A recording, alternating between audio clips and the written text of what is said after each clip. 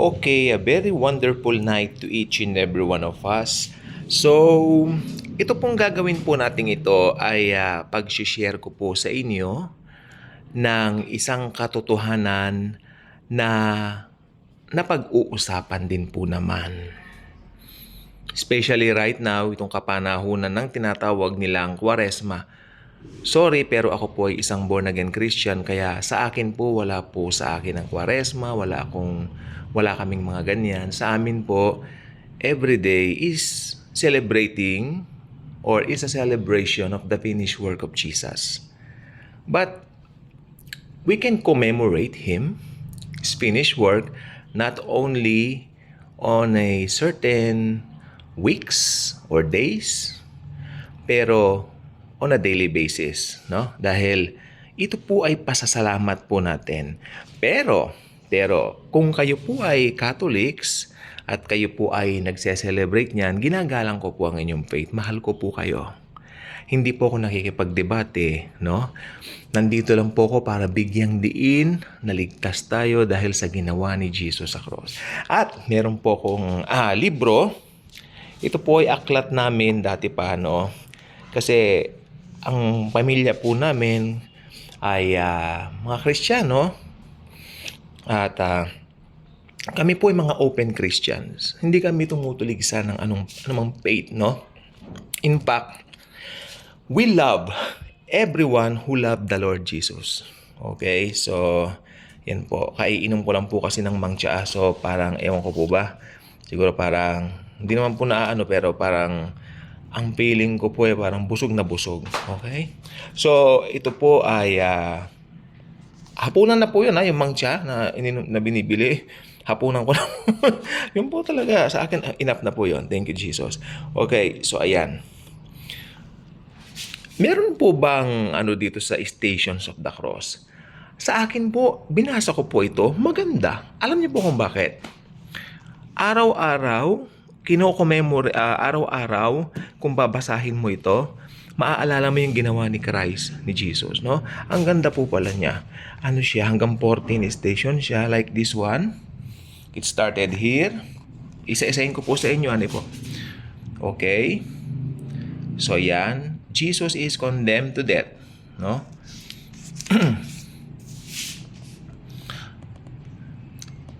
Jesus receives the cross. Sa mga Catholics po dyan, ganito po ba yung mga nyo? Yung mga nakalagay sa mga libro nyo? Jesus falls the first time. Okay? Jesus is met by His Blessed Mother. Most probably, yes. Tapos, the cross is laid upon Simon of Cyrene. Ito yung ito yung tinulungan ng Panginoon dahil they think Jesus hindi na aabot sa Golgotha dahil baka mamatay na. So, kailangan nilang ma-execute siya. Kailangan nilang mapatay siya roon sa Golgotha, doon sa cross. Kaya para makasure sila na umabot siya roon, dahil parang painted na si Lord, no? Nagpatulong kay Simon Sireneo. Isa pong black person si Simon, taga-Cyrene po siya. Okay? At doon po sa pelikulang The Greatest Story Ever Told, ang gumanap po ang galing, Sidney Poitier, no? Tama po ba ako? Ako, hindi pa ako tao noon, pero nakita ko lang po yung palabas, maganda. Ito yung sinasabi kong pag-uusapan natin. Wala naman daw sa Bible tong Veronica wipes the face of Jesus. Pero ang paniwala ko, meron pong magandang aral din mapupulot. Kasi, maski sabihin natin hindi natin natitiyak kung nasa Bible ba o wala ito. Wala talaga sa Bible to, itong Veronica. Pero, alam nyo, hindi naman lahat na isulat niya sa Bible, di ba? So, naniniwala ako.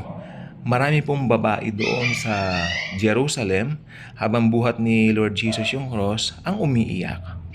At meron pong malamang na parang katulad din ni Veronica na, yes, maramang nagpunas sa mukha ng Panginoon. Hindi natin po alam yan diba?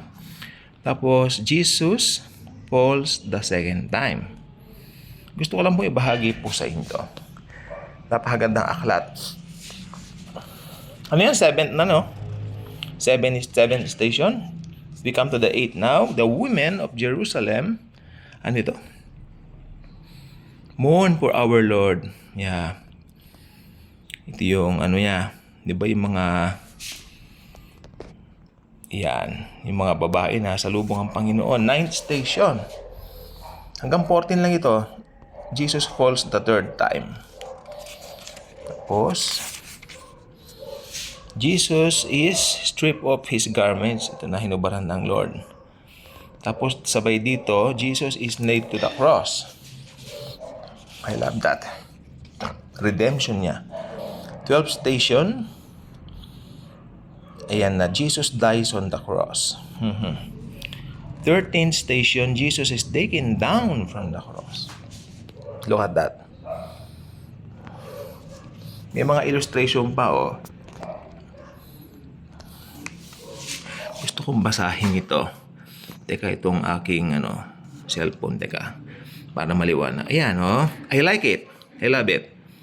How completely dependent we are on that holy cross for the grace of God's friendship. Tama naman. Di ba? Tama naman. For forgiveness of sins, for hope of heaven hereafter, on Calvary. Sabi niya rito, His life of sacrifice has reached its conclusion. It is finished. Father, into your hands I commit my spirit. Oh, tama naman po, di ba? So, biblical naman po pala siya. I love this. Siguro ang pinaka-question lang kay Veronica, pero hindi naman na po problema yun. Nasa inyo na lang po yun kung paano nyo titingnan. Pero tandaan nyo, si Jesus hindi po nanatili dyan sa ataul niya o sa libingan niya dahil after 3 days, siya ay buling bumangon dahil siya ay Diyos. Amen? Hallelujah. Yes, ito po ay aklat katoliko, malamang. But I love this. I love this. Oh, meron din pong mga meron din po tayong mga dito. Mga ganyan. Teka, may nakita ko kanina eh. It looks like more on a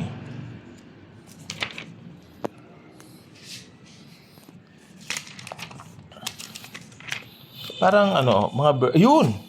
Gospel, ito po oh.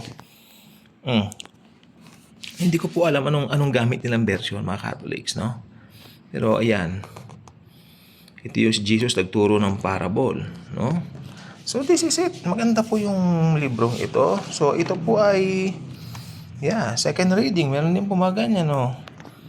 Aklat Katoliko nga po siya, but wala po tayong problema sa ganito dahil ako po ay isang Kristiyano na open-minded ako. Hindi ako dapat ganun lang, dapat ganun lang. Hindi ako ganun po. Ayan. So binahagi ko lang po. Pero gusto ko po sabihin sa inyo once and for all ang ano po ni Jesus, yung ginawa po niya sa cross, finish na po siya, no? At because of that, lagi tayong happy. Kaya kung hindi pa kayo subscriber sa channel na ito, I invite you to do so. Click the notification bell, share the video, share the wonderful love of the Savior, the Lord Jesus Christ Himself. Thank you, and Jesus truly loves us all.